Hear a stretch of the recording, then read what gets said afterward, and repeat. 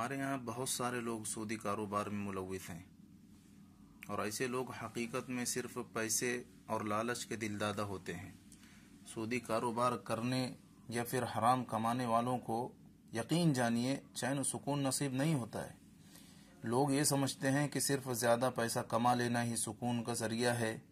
میرے بھائیوں، حقیقت یہ ہے کہ پیسہ کم ہو یا زیادہ ہو، اگر وہ حلال طریقے سے کمایا گیا ہے تبھی انسان کو راحت، چین اور سکون نصیب ہوگا۔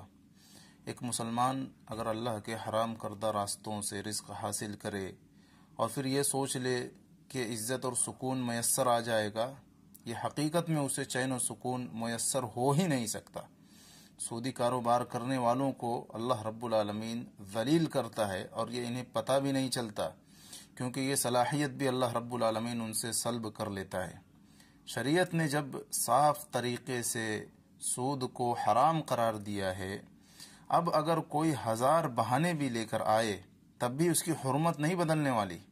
بہت ساروں کو یہ شکایت رہتی ہے کہ ہم جو کاروبار کرتے ہیں یا کوئی بھی بڑا ہمیں اگر کاروبار کرنا ہے یا بڑی تجارت کرنی ہے تو بینک سے قرضہ لیے بغیر ہمارے ملک میں یہ کاروبار یا یہ تجارت نہیں کی جا سکتی، یا اگر نہیں کریں گے تو ہم معاشی طور سے کمزور ہوتے چلے جائیں گے، اور جبکہ اغیار اس سے فائدہ بھی اٹھا رہے ہیں۔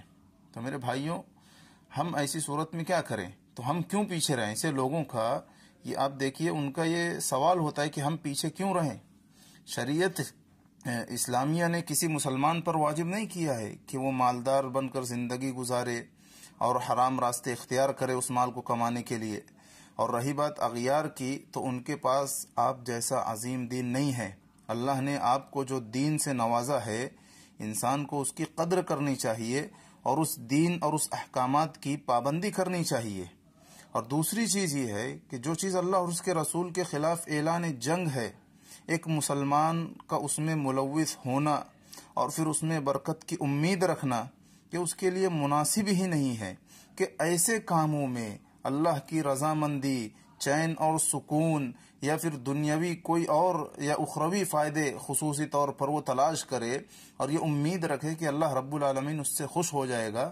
یہ ایک مسلمان کے لیے مناسب نہیں ہے کہ اس طریقے کی حرکت بھی کرے، جبکہ سود کو بہرحال ہر صورت میں جو ہے وہ قرآن مجید میں بالکل یہ صاف لفظوں میں اللہ رب العالمین نے بیان فرما دیا ہے کہ یا ایھا الذین آمنوا اتقوا اللہ وذروا ما بقی من الربا، کہ ایمان والو اللہ سے ڈرو، اللہ کا تقوی اختیار کرو اور جو بھی سود باقی ہے اسے چھوڑ دو۔